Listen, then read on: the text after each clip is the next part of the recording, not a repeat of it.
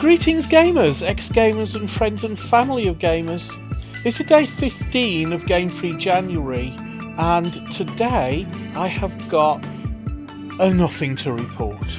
Seriously, not so much as a late start to the day or weird dream. Don't get me wrong, my day wasn't boring, but it was filled with important and productive activities that you would find boring if I reported them.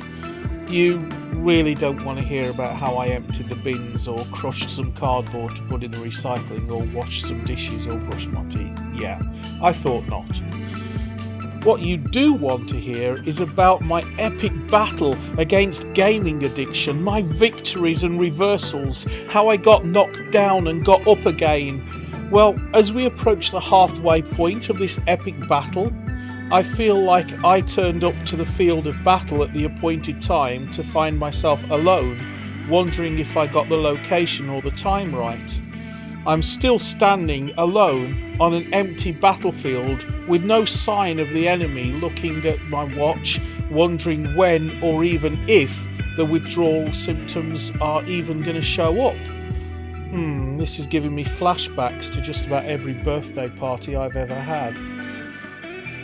This brings me rather nicely to the subject of this video, which is personality.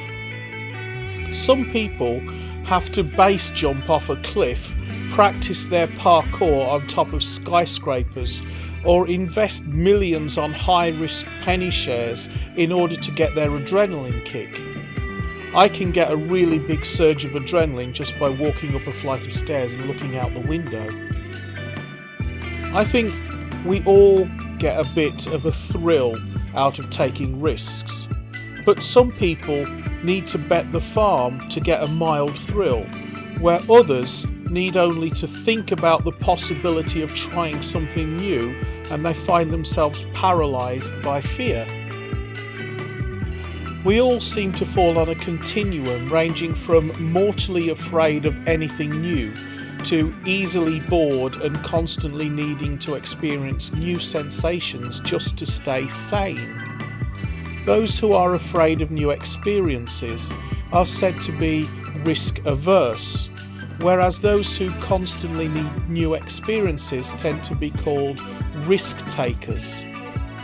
It should come as no surprise that risk-averse people are less likely to be tempted to experiment with potentially addictive behaviour patterns, whereas those who are risk-takers tend to be more likely to experiment with something that could potentially be addictive.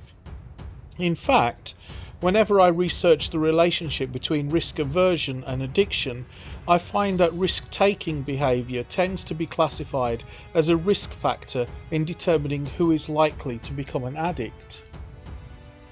This relationship between risk-taking behaviour and propensity towards addiction seems to transcend types of addiction.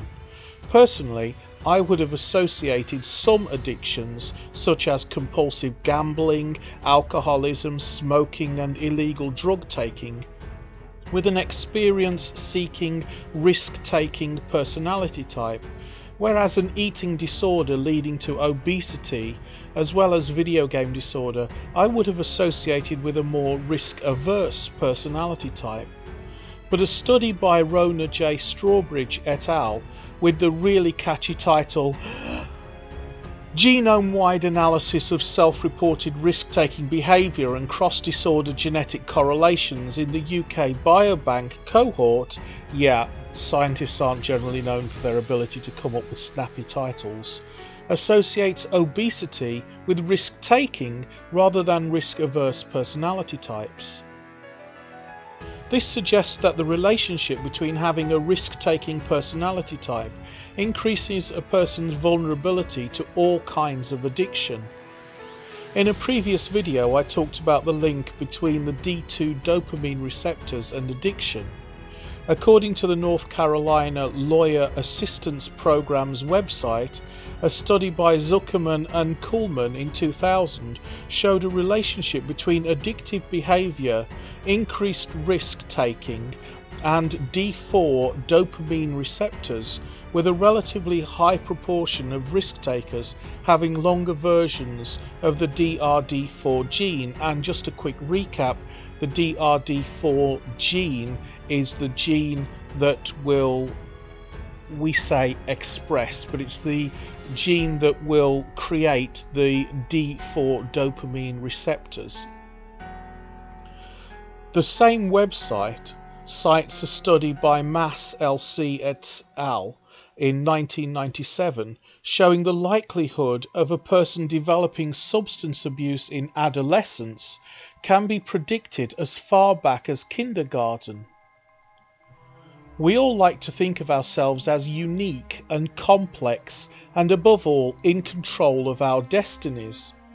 The idea that how likely we are to develop an addiction at age 16 can be fairly accurately predicted from as early as age 6 is rather disconcerting and uncomfortably smacks of the science fiction film Minority Report.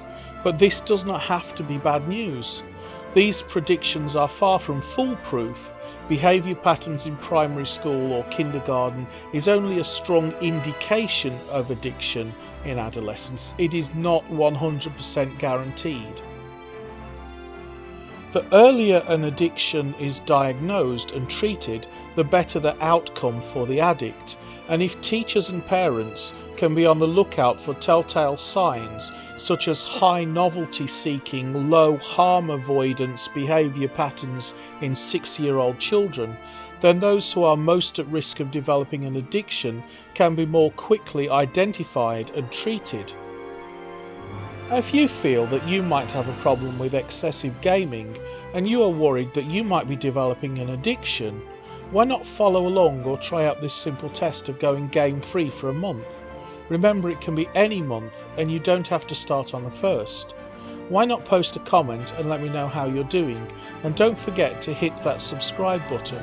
But as for me, big fat hairy 14 days and counting non-gamer, I'll look forward to seeing you in another video.